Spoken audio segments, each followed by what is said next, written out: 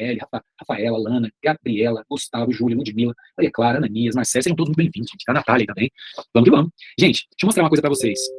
Ana Mel também, ó. Tá aí também. Aos poucos eu vou decorando o nome de vocês, viu, gente? Apesar de eu não vê-los pessoalmente, a gente vai acompanhando, né? A gente vai interagindo aqui, a gente vai lembrando de um, de outro. Gente, olha aqui o presentinho que eu soltei pra vocês. Deixa eu mostrar pra vocês aqui. Semana passada, para facilitar os estudos de vocês, eu sei que é muito conteúdo, né, moçada? Vocês têm muita coisa para estudar, não só em história, em todas as matérias, e é muito detalhezinho, e aqui é intensivo, então a gente vê as coisas muito rápido, né?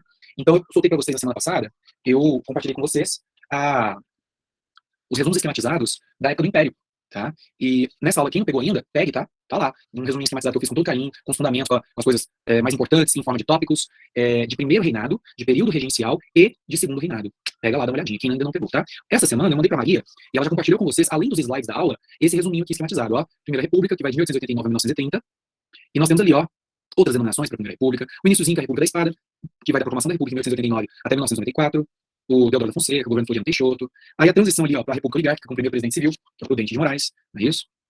Campos Salles, Evaldo assim, tudo mais, gente, tá aqui, ó, resuminho esquematizado dos fundamentos de Primeira República. E na semana passada eu mandei 3 resuminhos esquematizados, um de primeiro reinado, um de período regencial e um de segundo reinado. Eu mando isso para facilitar os estudos de vocês, que é muita coisa, né, moçada? Coisa para vocês verem. Vamos lá, vamos agora para os nossos slides. Esses slides também estão com vocês, tá? Em PDF, os slides da aula de Primeira República. Esses, eu não quis colocar de maneira resumida. Eu coloquei os slides que eu uso nas minhas aulas do terceiro ano, nas minhas aulas de extensivo. É claro que aqui a gente adapta falando mais rápido. Você vê que a gente faz 330 km por hora na curva aqui, mas eu quis colocar os slides completos, moçada. Por quê? Porque eu vejo o intensivo como um lugar em que cada um vai suprindo algumas deficiências, né? A gente vem aqui para suprir uma deficiênciazinha aqui, outra lá. Então é um lugar onde você já sabe aquilo que você está bem, aquilo que você falta melhorar. E às vezes, o que falta melhorar para o aluno é um detalhezinho sobre revolta da vacina, entendeu? E se eu tiro os slides aqui para dar uma aula muito básica só, eu vou dar uma aula rápida, mas se eu tiro o slide, esse aluno que precisa suprir essa deficiência fica sem material para estudar. Então eu gosto de colocar os slides todos. Vocês vão ver que alguns slides são matéria mais aprofundada, eu vou passar rapidão, às vezes eu até pulo, mas eu mantenho os slides da minha aula de terceiro ano, das minhas aulas de intensivo. Por mais que no terceiro ano a gente leve 5, 6 aulas para dar isso aqui vai ser uma só. A propósito, gente, eu vou fazer uma proposta para vocês. A propósito, eu vou fazer uma proposta, é isso mesmo. É o seguinte, nós temos 2 aulas de República, de Primeira República, República da Espada e República Oligárquica. 2 aulas. Então, nós podemos nos dar o luxo, e a proposta que eu vou fazer, de fazer teoria nessa aula. Então, eu vou fazer a exposição aqui dos detalhes, dos fundamentos de República da Espada e Oligárquica, e fazer as questões, tirar uma aula inteira, a aula que vem inteira, pra gente ficar fazendo questão. E aí, 1h30 fazendo questão pra não deixar questão de fora. Pode ser? Eu acho que fica mais interessante assim, já que a gente tem 2 aulas pra trabalhar esse assunto. Que tal? Vamos que vamos assim? Beleza, moçada. Vamos lá, eu costumo deixar o outro computador aqui ligado, enquanto eu vou mexendo nesse aqui, porque aí o outro eu acesso, vejo o chat e tudo mais, mas bem na hora que eu tava falando com vocês, ele reiniciou, tá, gente? Então eu tô um pouquinho a sério aqui com relação ao chat, mas daqui a pouquinho, enquanto eu vou dando aula pra vocês, eu vou reiniciando aqui, pra ouvir o chat, tá? E ver as dúvidas que vocês vão tirando e tudo mais. Eu vou até interromper um pouquinho aqui, só pra ver se apareceu pergunta no chat, pra gente continuar, conforme for. Deixa eu ver aqui. Você faz as questões da Unirv. Marcele, exatamente, essa dúvida, essa proposta que eu tenho, a gente fazer, aí ó, e minha luz fica no outro computador. Isso, faço sim, Marcele, então combinado. Vai marcando lá se você quer, tá? Faz uma listinha das que você quer. Na próxima aqui você já solta já de cara, ó. Essa que eu vou seguindo. Belezinha? Combinado então? Beleza. Agora eu vou colocar então de volta lá. Sim, segundo reinado é outro capítulo, é o capítulo 7. Mas se tiver alguma outra que faltou ali que você quiser, pode trazer também. Já os capítulos, as aulas 8 e 9, capítulo não, aula, né? 8 e 9, aí a gente deixa pra fazer as questões na aula, velho. Deixa eu compartilhar aqui então rapidão, pra gente continuar, pra gente mandar brasa ali nos conceitos fundamentais. Aqui, ó. República Oligárquica. Vamos que vamos. Gente, esse aqui é o Deodoro da Fonseca, senhor aqui à esquerda, primeiro presidente do Brasil. Ele era comandante das Forças Armadas de Dom Pedro II e realizou o golpe militar que deu cabo do Império e proclamou a República no Brasil. O golpe militar de 15 de novembro de 1889, mais conhecido como Proclamação da República. Começamos aí a República Brasileira, a Primeira República. Como quem proclamou a República foram os militares, foi um golpe de Estado, os nossos primeiros presidentes eram militares, de alta patente. Naquela época existia uma patente acima de general, a patente de marechal. E os dois eram dessa, mais graduada patente do Exército. O primeiro presidente foi o marechal Deodoro da Fonseca, o segundo presidente marechal Floriano Peixoto. Daí esse período governado por 2 militares, no iníciozinho da nossa República, ser conhecido como República da Espada, em alusão à espada que os oficiais militares sempre portam, né? É isso. Vamos ver o governo desses caras. Primeiro, gente, vamos entender uma coisa aqui. A natureza da proclamação da nossa República. Foi uma natureza que excluiu, foi uma proclamação elitista, tá? Foi feita pelas elites, cafeicultoras, pelo exército, pelo golpe militar. Não foi algo promovido pela população. Não foi. A população ficou excluída desse processo, não participou, tanto que o povo não estava entendendo. No Rio de Janeiro, que é a capital da República, a capital do Brasil, a República vai ser proclamada. No Rio de Janeiro, a população que assistiu as tropas do Deodoro da Fonseca, indo até a sede do ministério, onde ficava o primeiro-ministro, para proclamar a República, o povo não estava entendendo nada. Muita gente falou, olha que bonito, é parada militar, chamou criança para ver, não entendeu o que é, tá? É por isso que esse republicanista histórico aqui, ó, Aristides Lobo, disse que o povo assistiu bestificado a proclamação da República. Gente, bestificado é sinônimo de abobalhado, sem entender nada. O povo não estava entendendo o que estava rolando, porque o povo foi excluído da festa. A proclamação da República foi feita pelas elites, especialmente pelas elites militares, tá? Então, é isso que ele quer dizer com essa frase, que cai muito em vestibular. Os vestibulares adoram essa frase, né? Daí a gente vai começar falando disso. Coisas básicas, gente. As primeiras bandeiras, né? À esquerda aí você tem a bandeira da época do Império, né? A bandeira do Brasil, Império. O verde é uma referência aos Orleans Bragança, né? A cor dos Orleans Bragança, família imperial de Dom Pedro, dos Pedros, né? O amarelo é uma referência aos Habsburgo, a família imperial, né? A família de Dona Leopoldina, né? Essa bandeira aqui foi feita por Jean-Baptiste Debré, sob encomenda e tudo mais. Eles quiseram manter as cores, gente, só que ressignificaram elas, porque, claro, era uma república, não podia dizer que era da família Bragança, dos Habsburgo. Então, eles ressignificaram na proclamação da república, mantendo as cores, dizendo que o verde representaria as matas e o amarelo o ouro. Aqui à direita, nós temos a primeira bandeira do Brasil República, claramente inspirada na bandeira dos Estados Unidos da América, tá? Felizmente, o bom senso falou mais alto e eles não mantiveram essa bandeira. Ia ser muita apagação para os Estados Unidos, sinceramente, gente. Enfim. Aí mudou-se para essa outra bandeira aqui. Ordem e progresso era o lema dos positivistas. O positivismo é uma ideologia autoritária que era muito presente nas Forças Armadas, no Exército Brasileiro, e como era o Exército era bom da bola, né, colocou o lema do positivismo na nossa bandeira, ordem e progresso. Sim, a bandeira de Goiás ficou muito parecida com a primeira bandeira republicana do Brasil, né? Aqui, gente, mudou o selo imperial para o selo da República, que é o selo até hoje. Inclusive, moçada, o nome adotado pelo Brasil inicialmente foi de Estados Unidos do Brasil. Claramente, outra apagação, quer dizer, outra influência dos Estados Unidos da América, né? E aqui a data da proclamação da República, 15 de novembro de 1889. Atualmente, aqui você tem escrito no selo da República, República Federativa do Brasil, e Brasil desde 1914 é escrito com S e não com Z. Vamos lá. Aí, ó. Por isso que tem na nossa bandeira ordem e progresso, pelo lema do Auguste Comte, né? Que é o pai do positivismo, uma ideologia muito em voga entre os militares, né?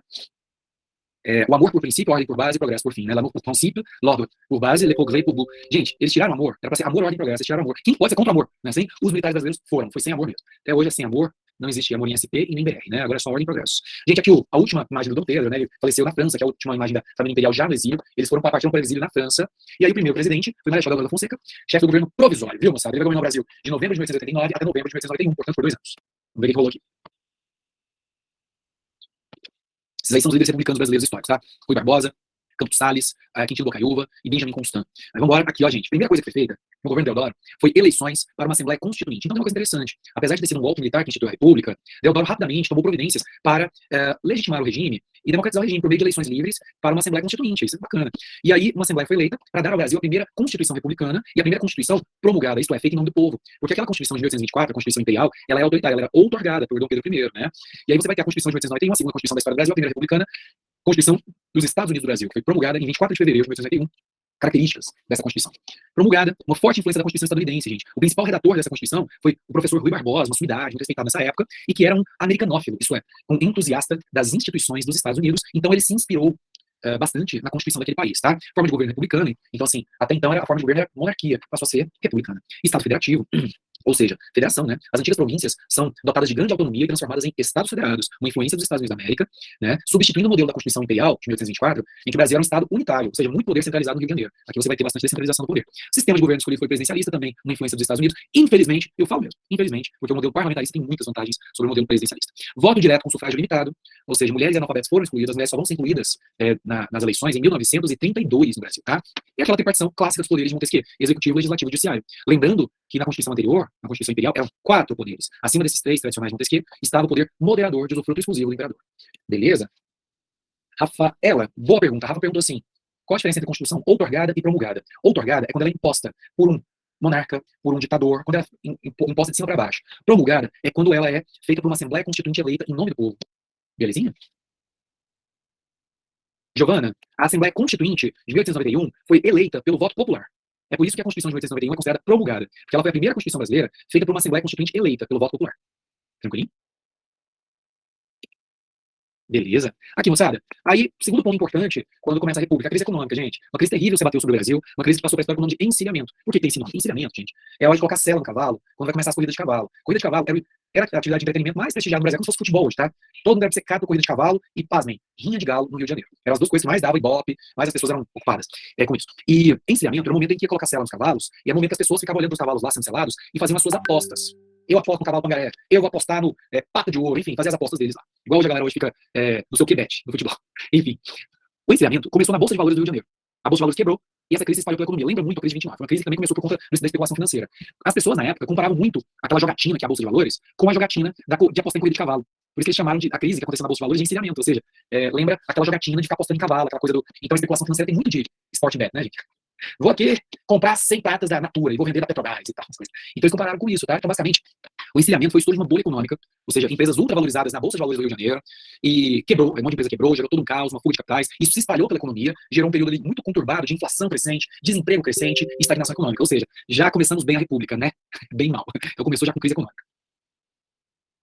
Sim, Rafaela, rinha de galo foi proibida pelo presidente Jânio Quadros em 1961. Então já é proibida há 61 anos. Belezinha?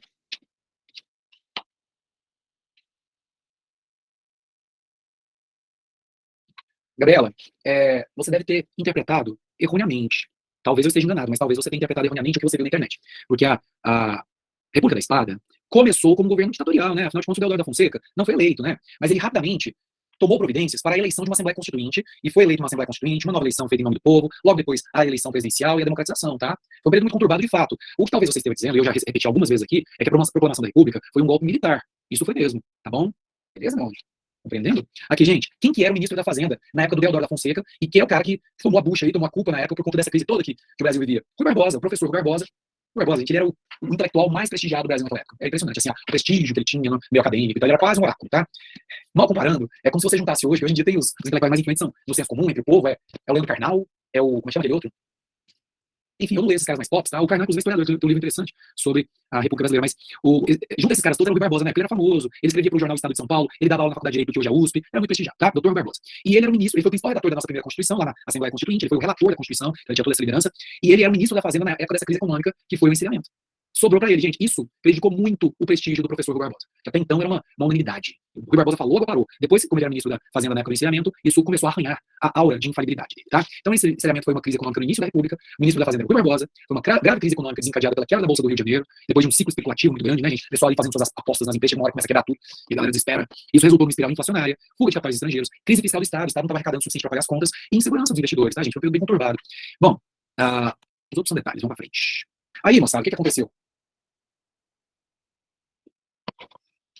Em 1891, a Constituição brasileira ficou pronta. Quando ela ficou pronta, ela trazia no seu ADCT, que é Ato dos Dispositivos Constitucionais Transitórios. Toda a Constituição tem um ADCT, que é uma espécie de setup ou install da Constituição. É o instalador da Constituição. Então, são artigos assim, olha, você vai instalar dessa forma aqui, ó. E uma coisa que geralmente tem no ADCT, gente, em todas as Constituições, geralmente, é que o primeiro presidente, ele é eleito indiretamente, ou seja, pela própria Assembleia Constituinte. Por que isso? Porque, em geral, eles acreditam que a Assembleia Constituinte deva escolher um homem de confiança para fazer valer aquela Constituição, sabe?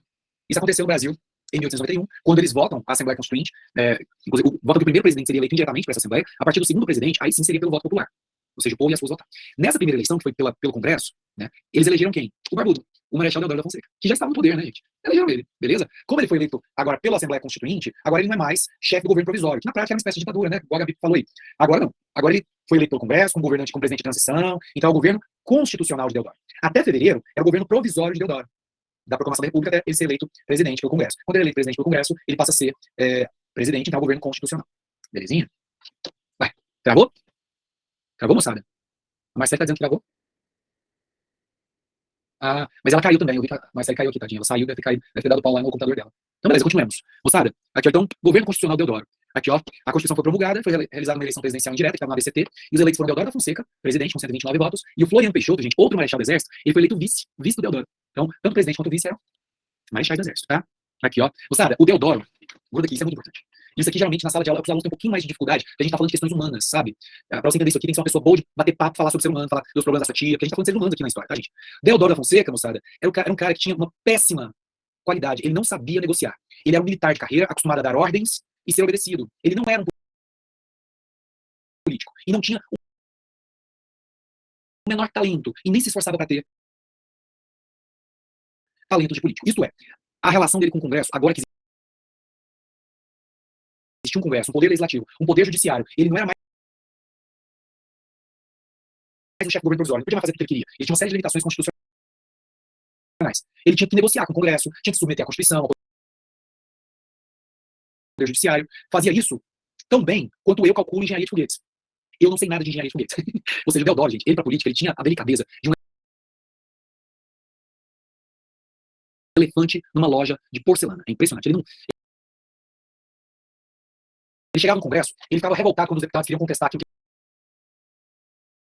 ele estava propondo, e aquela coisa toda. Enfim, em resumo, sabe o que ele faz? Pouco tempo depois, 6 meses depois dele ter sido eleito pelo Congresso, tenta dar um golpe de Estado. O Brasil começou bem a República. Não começou, gente? Eita, nós. Então ele tenta fechar o Congresso, moçada. Em 3 de novembro, ele já tenta criar uma ditadura militar. Iniciozinho ali. Ou seja, a Gabi talvez esteja perguntando isso. Ele tentou criar uma ditadura, mas não conseguiu não, viu, Gabi? Houve uma reação forte e ele é que vazou, viu? Golpe de 3 de novembro de 1891. Deodoro da Fonseca. Vou te falar, viu? Por que ele não conseguiu dar o golpe de Estado? Porque ele não conseguiu o apoio das Forças Armadas. A Marinha do Brasil, que nessa época é chamada de Armada, se opôs ao golpe do Deodoro. É a chamada primeira revolta da Armada. E boa parte do exército, comandado pelo vice-presidente marechal Floriano Peixoto, também ficou contra o golpe, porque o Floriano era contra o golpe, ele era vice, e o Floriano também era marechal do exército. Ali era marechal. Deodoro, você é marechal? Eu também sou. Vai fazer golpe, não. Então, o exército não apoiou ele. É aí que o Deodoro foi obrigado a renunciar e sair com o rabinho no meio das pernas. Quem assume a presidência, então? O vice-presidente marechal Floriano Peixoto, que vai governar, aqui a data está errada, ele vai governar de 1891, arrumando aqui rapidamente, 1891 até 1894. Beleza, moçadinha? Vamos que vamos? Esse aqui já tinha um bigode estiloso, um bigode meio hipster, uma coisa meio Santa Cecília, em São Paulo e tal, eu acho interessante. Mas vamos lá. Aqui, moçada, o que rolou na época do Floriano Peixoto? Foi um período muito complicado, viu, gente? Ah, estado de sítio, deixa eu explicar. Esses são termos do direito, tá? São termos do direito. Vamos voltar aqui, então. Vou voltar para explicar estado de sítio e revolta da Armada, tá? Estado de sítio, vitória e demais. É um dispositivo que tem nas constituições que aumenta dramaticamente os poderes e as atribuições do chefe do executivo, isto é, o presidente da República. Ele passa a ter poderes agigantados por um tempo limitado para lidar com situações excepcionais. Estas geralmente são guerra, um país vizinho está invadindo o país, então o presidente precisa ter poderes dilatados para poder lidar com essa invasão estrangeira. Uma catástrofe de proporções homéricas, uma grande hecatombe, precisa também do presidente ter poderes dilatados. Então é uma coisa excepcional, por tempos, períodos curtos e tudo mais, tá? No entanto, Vitória, o pedido de estado de sítio, ou tentar decretar estado de sítio, que dá muito poder para o presidente, na prática, não é muito usado para aquilo que ele deveria ser, ou seja, quando você está sendo invadido por um país, uma hecatombe, uma calamidade gigantesca. Não, geralmente os políticos pedem e decretam estado de sítio com presidentes para, usando esses poderes dilatados, promoverem a instalação de uma ditadura. Infelizmente, é isso que acontece na prática. Compreendeu? Então é uma instituição que está prevista nas constituições, mas que geralmente ela não é usada para aquilo que ela está prevista. E que agiganta, dilata, excepcionalmente, por um tempo curto, os poderes da presidência da República para lidar com aquela ameaça nacional. Compreendeu? Isso é um termo do direito. Né, da ciência jurídica. É por isso que geralmente a gente passa aqui. História interessante, a gente tem que falar de tudo, né, gente? Só tem que falar de economia, ciência política, do direito, né? Isso é um termo do direito. Tranquilinho? Usou sim, Gustavo? Usou sim.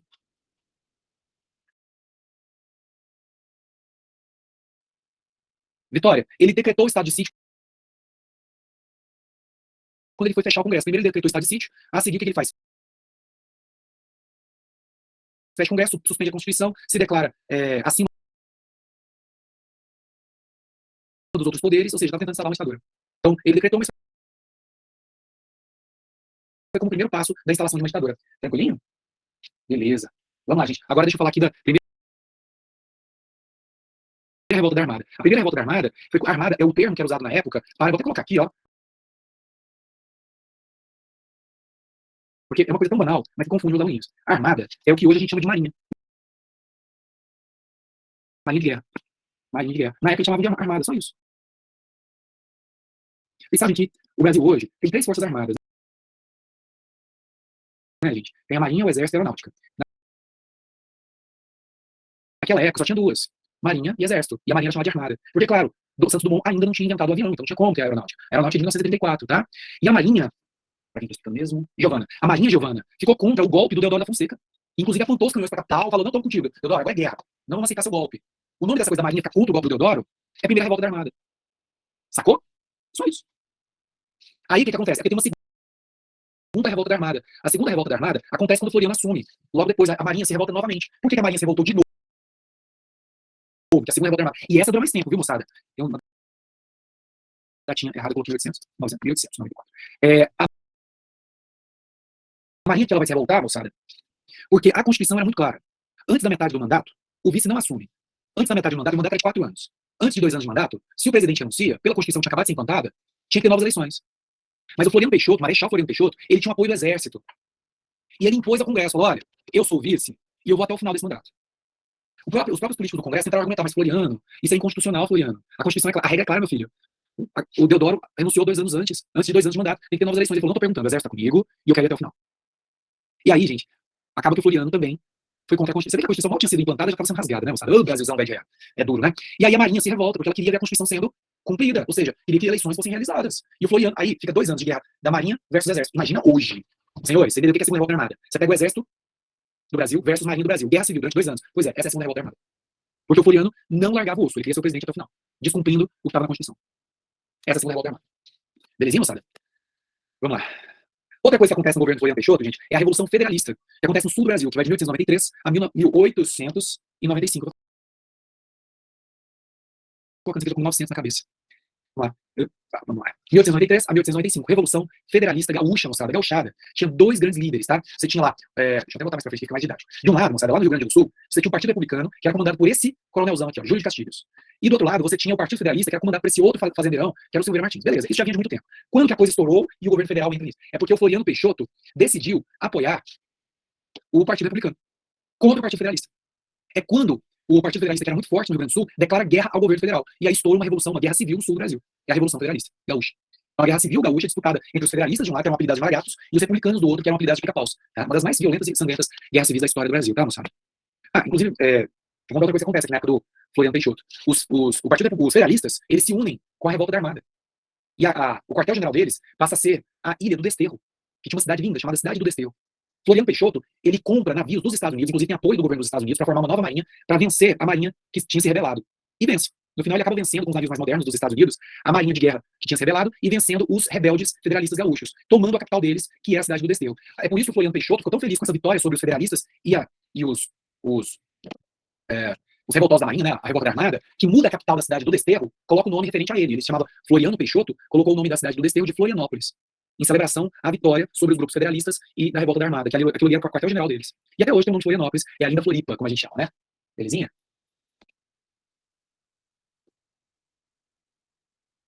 Vamos lá, moçada.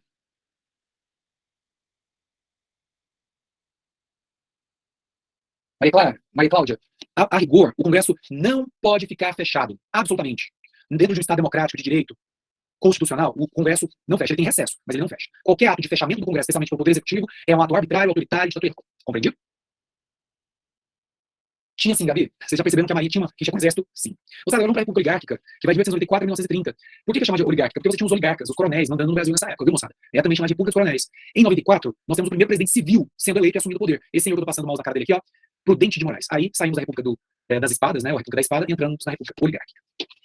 Moçada, vamos entender algumas instituições políticas da República Oligárquica a princípio. Primeira coisa, esse período foi marcado pela política dos governadores e pelo coronelismo. Coronelismo, vou começar explicando coronelismo. Os coronéis são grandes fazendeiros, ricos, poderosos, com grupos de capangas bem armados, que impunham sua dominação nos rincões do país, nos interiores do país, por meio do seu poder econômico, poder político e poder bélico. Tá? Então o voto nessa época era um voto aberto, isto é, não era secreto, você tinha que declarar o voto. Então, os coronéis tinham a capacidade de simplesmente coagir aquilo que eles chamavam de seus currais eleitorais a votar em quem eles queriam. Inclusive a expressão vem disso, porque além de ter gado, curral é onde você coloca gado, viu, gente? E o gado é do fazendeiro. Eles se referiam à população votante de uma cidade como sendo seu curral eleitoral. Assim como ele tinha gado, ele tinha lá 3 mil, 4 mil eleitores que eram obrigados a votar em quem eles queriam. Era chamado voto de cabresto. Outra comparação entre os eleitores dessa época e gado dos coronéis. Beleza? Então, nesse período, a democracia liberal, que estava prevista na Constituição, na prática era uma piada de mau gosto, tá? Porque na prática vigorava o voto aberto, as fraudes eleitorais, a coerção, a violência, a opressão dos coronéis sobre o seu eleitorado, era o voto de cabresto, eram os currais eleitorais.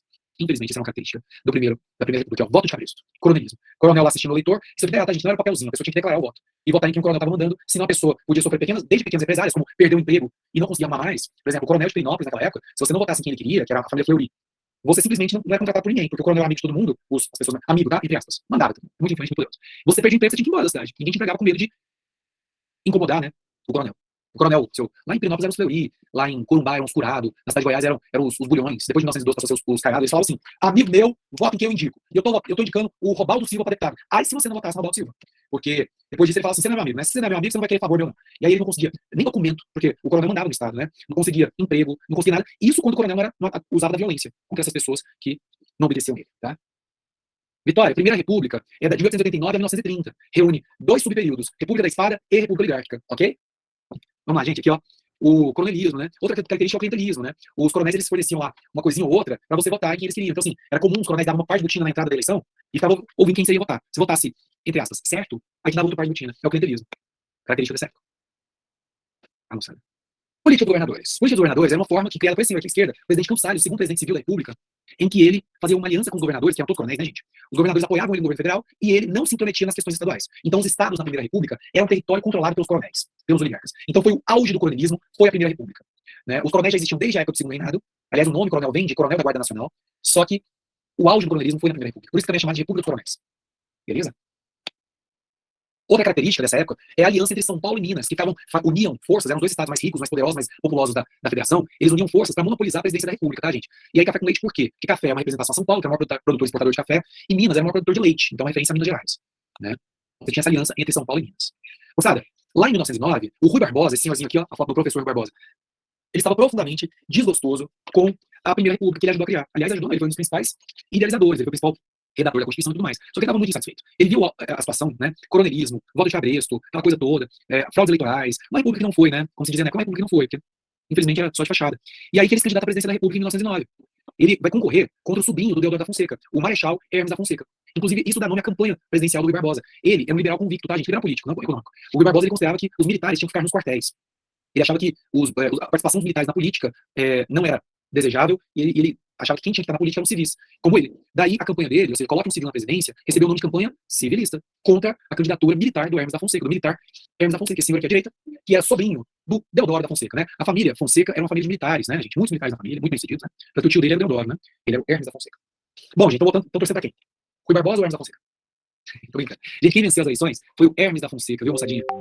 Essa frase aqui, a gente tem pouco tempo, mas eu faço questão de. Olha o Rui Barbosa, tanto que ele estava desgostoso da República Brasileira, coitado. Olha ele falando de quando ele perdeu as eleições. De tanto ver triunfar as unidades, de tanto ver prosperar a desonra, de tanto ver crescer a injustiça, de tanto ver agigantarem-se os poderes nas mãos dos maus, o homem chega a desanimar-se da virtude, a risco da honra e a ter vergonha de ser honesto. Ele realmente não gostou de perder as eleições. Ele é bisavô da Marina Rui Barbosa. Aí, ó, fofoca histórica. Aqui, gente, Marechal Hermes da Fonseca foi eleito presidente da República, foi presidente da República entre 1910 e 1914. E a política dele foi baseada era chamada de salvacionismo, política de salvações. O que eram salvações? Eram intervenções federais militares, ele era militar, nos estados, com a intenção de acabar ou de reduzir o poder dos coronéis, das oligarquias. Conseguiu? Conseguiu coisa nenhuma, ele conseguiu só trocar as oligarquias no poder. Aqui em Goiás, por exemplo, ele chega aqui em Goiás e faz uma intervenção que ele ataca a principal família de coronéis de Goiás, a família Bulhões, que realmente ele consegue arrebentar com a família Bulhões. O que acontece no final? A ascensão da família Caiado. Só isso. Então ele não consegue acabar com o coronelismo, com as oligarquias, como ele se dizia pretender. Ele apenas consegue revezar as oligarquias no poder, por meio da sua política de intervenções nos estados, chamada de política de salvações.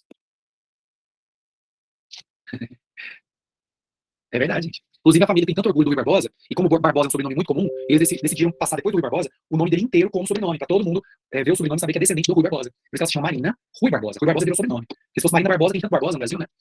Aqui, moçada. Campanha civilista. O Hermes da Fonseca teve 64% dos votos, o Rui Barbosa teve 36% dos votos, tadinho. O velho perdeu as eleições. Vou falar um pouquinho da economia na República Oligárquica agora. Gente, esse presidente aqui, o Campos Salles, o mesmo que criou a política dos governadores, ele fez um empréstimo de refinanciamento da dívida externa brasileira. Até agora, gente, o Brasil estava vivendo crise econômica e estava passando perto de não dar conta de pagar a nossa dívida externa. A coisa estava feia.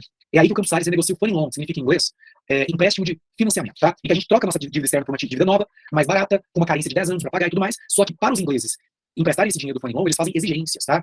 Eram exigências muito fortes de conter a emissão monetária, cortar gastos. E isso fez com que o governo do Campos Salles fosse um governo muito impopular, gente. Porque o governo corta gastos, isso aí geralmente é impopular, né? Cortar gastos e tudo mais. E foi uma exigência dos ingleses.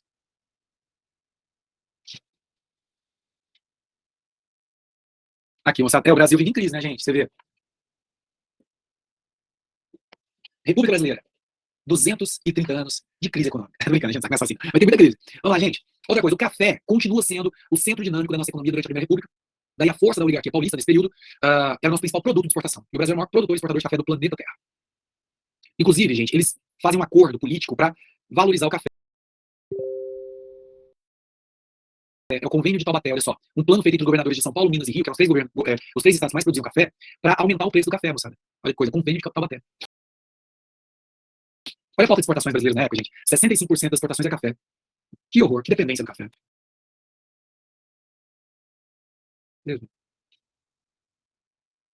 Gabriela, à medida que você citou, imprimir mais dinheiro para conter a crise, aconteceu assim de cara. Eu lembro de umas 10 ou 12 vezes que aconteceu na história da nossa república. Isso vive acontecendo, Gabriela. Então, não, então não é só nessa época não, tá? É muito comum na história do Brasil. Quando que o Brasil vai criar mecanismos para conter esse tipo de política, que é emissão monetária, o nome disso é monetização do déficit fiscal. Eu mestrado em economia, gente, eu fico segurando para falar de economia para a gente terminar a matéria, mas o Brasil vai aprender, vai começar a aprender, mais ou menos, a não monetizar déficit fiscal, ou seja, a não imprimir dinheiro. Imprimir dinheiro é o jeito vulgar de falar, gente. Não é assim que se faz, geralmente é emissão de título. Mas tudo bem, para quem não sabe nada, eu falo imprimir dinheiro para pagar déficit fiscal, ou seja, quando gasta mais que arrecada, o Brasil começou a aprender a não fazer isso com o Plano Real de 1994. É recente.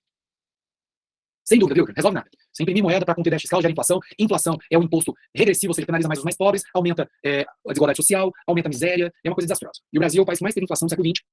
De 1979 a 1994, o Brasil teve 2 milhões por cento de inflação.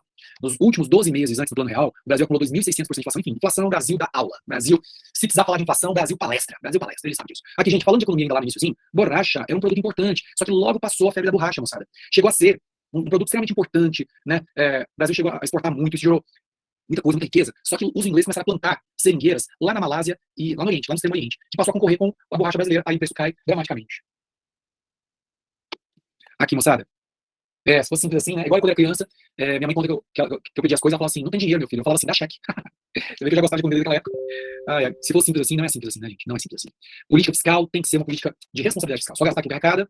E a política monetária também tem que ser responsável, né? Você tem que fazer um crescimento do meio circulante de acordo com o crescimento da economia, senão você gera pressão inflacionária, e aí já era para os mais pobres do país. Os mais ricos se defendem bem, gente. Tudo bota lá em fundo de renda fixa, faz ganhar dinheiro ainda, mas o pobrezinho, coitado, o salário dele vai comprimindo. Uma tristeza. Gente, questão do Acre. Professor, o Acre existe? Sim, existe. O pessoal fala muita fake news aí. Aí, ó, você tá numa aula de história pra saber. O Acre existe, senhor.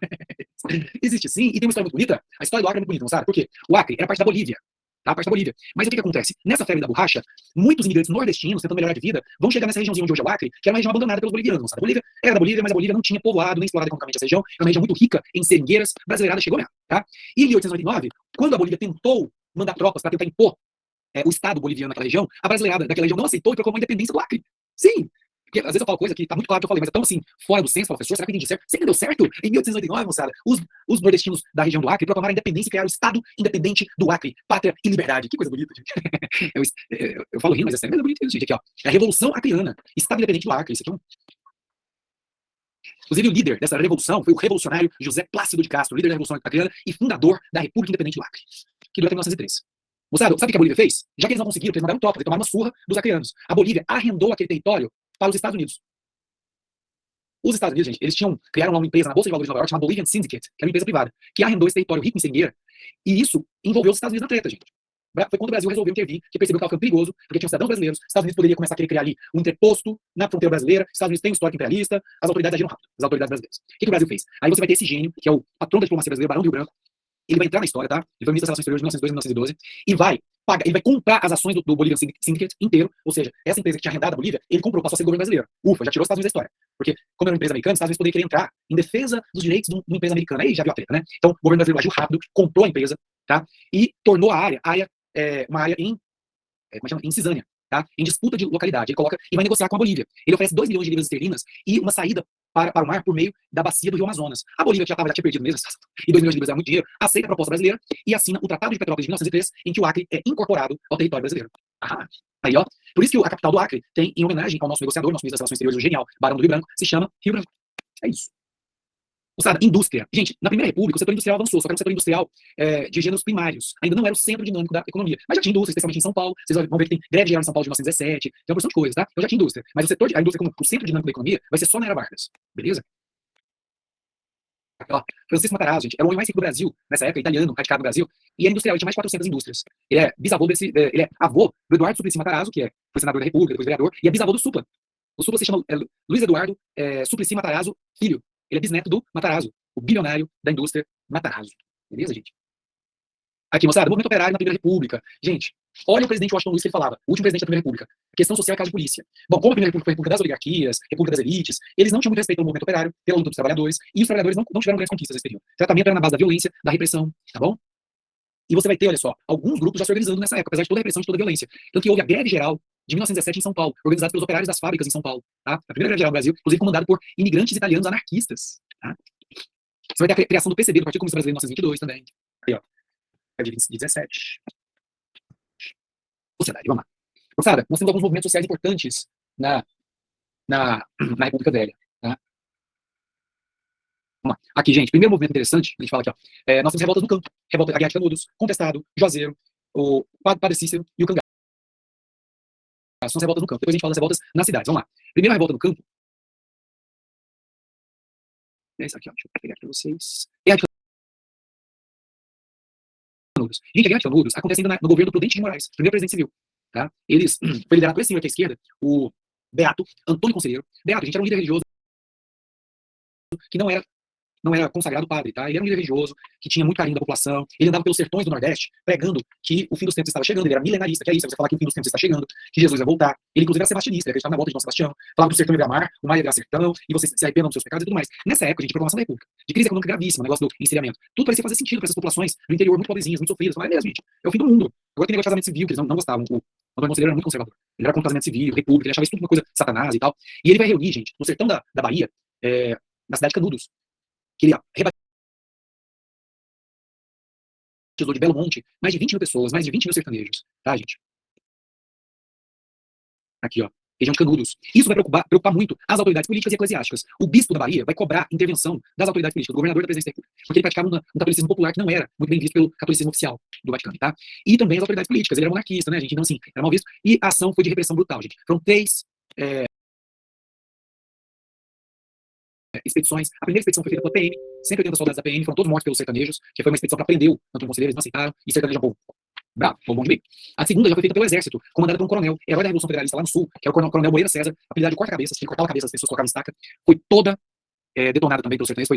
E aí você tem a organização do terceiro, maior expedição, que aí você vai ter um general, artilharia de guerra, tropas de vários estados, e vem essa terceira e definitiva expedição, que é uma operação de guerra mesmo. Eles colocam artilharia, cercam a cidade de Canudos, começam a bombardear, uma coisa pavorosa, metralhadoras. Vai um jornalista do maior jornal do país, que era o Estadão, do estado de São Paulo, chamado Euclides da Cunha, que fica chocado com o que aconteceu, e além de publicar o que ele ia vendo numa coluna no estado de São Paulo, depois ele publica um livro que é um clássico chamado Os Sertões, de Euclides da Cunha, a história da Guerra de Canudos. Por fim, a Canudos é completamente arrasada, Canudos não se rendeu, aqui o coronel Moreira César, o corta-cabeças, perdeu a cabeça, cortaram a cabeça dele. Olha o Euclides da Cunha, escreveu Os Sertões, né? E essa aqui é a última foto, a única foto do Antônio Conselheiro, ele morto, depois dos bombardeios, tá? O país passou a ser laico a partir da proclamação da República, tá bom, Gabriel? E na Constituição de 1891, a primeira Constituição republicana, o Brasil passa a ser oficialmente laico. Na época do Império, o Brasil tinha uma religião oficial, que era o catolicismo. Contestado. Moçada, o contestado é lá no sul do país. Mas lembra muito Canudos, gente, porque também eles também eram muito analfabetos, a causa era problema social, descuido das autoridades, pobreza, miséria, era um problema social. Né? Eles também eram liderados por um líder messiânico, que era o monge José Maria, tá? E eles são massacrados pelas forças oficiais. Tem a ver, gente, surgiu uma região ali no interior de Santa Catarina, Paraná, onde estava se construindo uma estrada de ferro por companhias estrangeiras para fazer a primeira estrada de ferro que chegaria até o Mato Grosso. Nisso eles apropriaram muitos poceiros que estavam ali, alguns há mais de século, gente. Desapropriou, era a terrinha deles. Essa galera vai se unir, vai se revoltar. É a guerra do contestado. Aí, ó, interior ali de Santa Catarina e Paraná. É uma região contestada pelos estados de Santa Catarina e Paraná, por isso, tá? Outra revolta rural dessa época, do contestado, o líder foi o monge José Maria, que foi morto durante a guerra. Belezinha, Marcelo? Monge José Maria. De nada. Gente, o cangaço. Cangaço é outro movimento que também relaciona exclusão social, miséria e violência no sertão do Nordeste, tá? O cangaço, o maior líder cangaceiro era nossa, gente, Maria Bonita e o Lampião, o famoso Lampião, né? Cangaço no interior, tá, gente? Eles tinham suas regiões ali, ó. Eles tinham uma relação boa com alguns coronéis e de adversidade com outras. Eles invadiam algumas cidades para tomar os bens e implantavam todo aquele terror e eram bem, tratavam bem as populações de outras cidades. Então, o cangaço é um fenômeno muito complexo de banditismo, tá, gente? A gente tá vivendo agora um novo cangaço, né? O pessoal deve estar acompanhando aí nas notícias. Aí, ó, Lampião. Lampião e Maria Bonita, né? Aqui, ó, chegou a ter aqui, ó, 50 milhões, 50 mil réis. Vamos dizer, isso aqui era 50 mil réis, para quem entregasse o Lampião. Ele acabou sendo morto, né? Outro movimento dessa época que também tem a ver com o campo, no Nordeste, é o movimento lá de Juazeiro do Norte, com o Padre Cício. Ele ia batizando, gente, as pessoas que iam lá, que se convertiam, tinha uma conversão profunda ao catolicismo. Ele era padre, ordenado, diferentemente do Antônio Conselheiro. E diferentemente dos outros movimentos, ele conseguiu apoio dos coronéis do Nordeste, por isso ele conseguiu sobreviver. Apesar de no início ter sido excomungado pela Igreja Católica. Porque era visto como estando fazendo coisas que não eram assimiladas ou aceitas pelo dogma da igreja naquela época. Não vai ter detalhes, mas basicamente, no Nordeste ele é até hoje idolatrado, tá, gente? É o Padre Cício, em Juazeiro do Norte. Padre Cício, né? Padre Cícero Romão Batista. Aqui, ó. Exatamente, Wilker. Isso mesmo, parceiro. No interior. A reivindicação era melhorias nas condições sociais, comida, alimento, melhorias sociais, coisas simples. Essa população se revoltava porque eles estavam na miséria, excluídos socialmente, sem atenção das autoridades. Basicamente era isso, tá? Não vou entrar em detalhes sobre o caso do Padre Cícero Romão Batista, porque não tem tempo para isso. Mas basicamente foi isso. Aquela devoção até hoje, viu, gente? A devoção do Padre Cícero. Ela é só o Padre Cícero. É o Padre Cícero.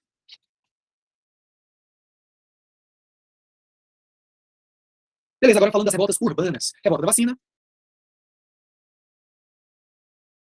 e revolta da chibata. Gente, a revolta da vacina acontece no Rio de Janeiro de 1904, em que a população se revolta. O estopim foi a decretação da obrigatoriedade da vacinação contra a varíola. E aí você tinha soldados da PM que iam nos bairros, junto com enfermeiros, pegavam as pessoas, prendiam na marra pra vacinar na marra, gente. É um horror. Terrível, né? Mas isso é só estopim. Qual que é o contexto que levou a revolta da vacina? Vou dizer pra você entender. A reforma urbana do centro do Rio de Janeiro. O centro do Rio de Janeiro, gente, do ponto de vista imobiliário, estava em decadência nas últimas décadas do século XIX. Porque a população mais rica estava abandonando aqueles casarões elegantes do centro e se mudando para a Zona Sul, o que é hoje os bairros Leblon, Ipanema, aqueles bairros chiquezinhos da Zona Sul. E aí, eles alugavam aqueles casarões do centro para várias famílias, porque não dava para alugar o casarão inteiro, era muito caro, quem tinha grana para pagar também estava mudando para Leblon. Então eles dividiram aqueles casarões em vários corticinhos, são os cortiços do centro do Rio de Janeiro. Quando você entra no início do século XX, o que era isso? Os cortiços eram grandes edificações que tinham sido maravilhosas na época que essas famílias ricas moravam lá, e que a essa altura estavam em estado de decadência lamentável, a população que vivia lá vivia numa situação também lamentável, péssima situação de higiene, pestes, rato, varíola, enfim, uma coisa muito triste. E no centro do Rio de Janeiro, é quando o presidente da República, Rodrigues Alves, em conjunto com o prefeito do Rio de Janeiro, o engenheiro Pereira Passos, investiram dinheiro para reformar o Rio de Janeiro, demolir todos esses cortiços. Só que a população que vivia nesse cortiço, pagando o aluguelzinho deles, gente, eles não tinham pra onde ir, gente. E a reforma foi muito rápida. E eles não pensaram em habitações populares, porque esse povo tinha dinheiro só para pagar o aluguelzinho do cortiço. Então o povo ficou muito ansioso. Esse povo que vivia, eles viam lá o governo simplesmente demolindo tudo quanto é cortiço e expulsando as pessoas. E eles não tinham pra onde ir. E aí o pessoal começou a ir pra onde? Pros morros, as favelas, né, gente? Então esse é o contexto de é, muita tensão, sentimento de revolta, que explodiu quando veio a decretação da vacinação obrigatória contra a varíola. Basicamente foi isso, tá, gente? Aqui o engenheiro Pereira Passos, que era o prefeito do Distrito Federal, né, do Rio de Janeiro. Aqui os cortiços sendo demolidos uma hora pra outra. E o povo não tinha pra onde ir, gente. Não tinha lugar com aluguel barato, pode chamar. Aí eles, de fato, no prazo de 2 anos, fizeram essa cidade linda, o centro do Rio de Janeiro, tudo bonitinho, nos moldes das metrópoles europeias, e aquela população pobrezinha expulsa daqui para as favelas. Olha que horror. É mesmo, Gabi? Que bonito. Então seus avós devem receber uma história bonita mesmo, Parecício, relação que tem com as populações mais pobres e com a população tradicional, né? Pega dos pobres até os mais ricos, Nordeste, interior do Nordeste ali, o pessoal gosta demais, né? É, queria não, Vitória, acabar com a República não. Eles estão revoltados com a situação, né? Aqui, gente, o médico sanitarista Oswaldo Cruz, que é quem teve a ideia de vacinar a população, né? Inclusive deu origem à Fiocruz, a Fundação Oswaldo Cruz, que é uma referência, gente, no Brasil, depois dessa revolta da vacina, o Brasil aprendeu a lição, pelo menos até hoje, vinha. Porque é o seguinte, o Brasil passou a fazer grandes campanhas de vacinação, baseando-se na conscientização e não na violência. E deu certo, o Brasil é uma referência mundial em termos de imunização. Tá? Isso é uma das coisas, a gente fala tanta coisa que o Brasil tem que se vergonhar, e tem mesmo, tem que mudar, mas tem coisa que o Brasil tem que se orgulhar. Uma das coisas que o Brasil tem que se orgulhar é um dos países que tem o melhor sistema de imunização e vacinação do planeta. E a gente não pode perder isso. Nós temos boatos, fake news, desinformação, mentira mesmo, tentando tirar do Brasil uma conquista histórica, colocar em xeque o valor das vacinas, e a taxa de vacinação vem caindo dramaticamente nos últimos anos por conta dessa campanha de desinformação, que é uma coisa que a gente conquistou a duras penas ao longo de um século inteiro, moçada. A gente já tem tanta coisa para melhorar, não vamos perder o que a gente já tem de bom, pelo amor de Deus, né? Aqui, moçada, isso aqui é a varíola. Isso aqui é a varíola. A varíola matava, é uma doença muito triste. A varíola foi a primeira doença erradicada pelo ser humano por conta da vacina. A vacinação foi capaz de erradicar essa doença que vocês estão vendo aqui nas fotos da face do planeta. Hoje que nós temos uma variável chamada varíola dos macacos, ou monkeypox. Essa varíola humana tradicional, felizmente, isso é o valor da vacinação. Nós já teríamos capacidade de ter erradicado o sarampo. O Brasil passou 20 anos sem ter sarampo. Voltou a ter por conta da campanha de desinformação de alguns grupos radicalizados, extremistas. Muito triste. Gente, você perdeu uma criança, voltou a morrer criança de sarampo. Durante 20 anos não tinha sarampo por causa da vacinação.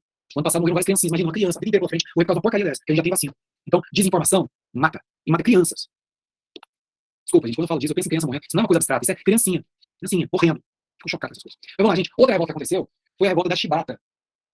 Aquela revolta da chibata acontece na Marinha do Brasil, tá? Eles se revoltaram, gente, basicamente contra os castigos físicos. Olha que horror, gente. Em pleno 1910, na Marinha do Brasil, ainda tinha chibatada. Detalhe, quem batia eram os oficiais, que eram quase todos brancos. Em marinheiros, que eram quase todos negros. Isso, coisa de 20 anos depois, que eles tinham abolido a escravidão.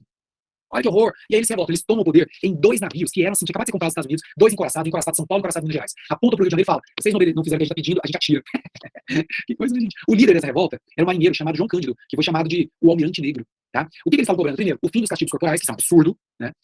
Que nenhuma das lideranças fosse punida, ou seja, a anistia das lideranças da revolta, como o próprio João Cândido, e um aumentozinho salarial que ninguém tinha erro. Conseguiram as 3 coisas, tá? Na época era o presidente Hermes da Fonseca, eles vão ter essas 3 coisas, essas três reivindicações. Aqui o Almirante Negro, o João Cândido. Tá, moçada? É isso. Em 22 é criado o Partido Comunista Brasileiro. Em 22 nós temos a Semana de Arte Moderna, que vocês estudam com detalhes em literatura, acontece aqui também na primeira república, aqui, ó, geniais, né, gente, modernismo, antropofagia, Oswald de Andrade, né, e aí nós temos a crise da República Oligárquica nos anos 20, sabe, o regime começa a fazer água, olha que coisa.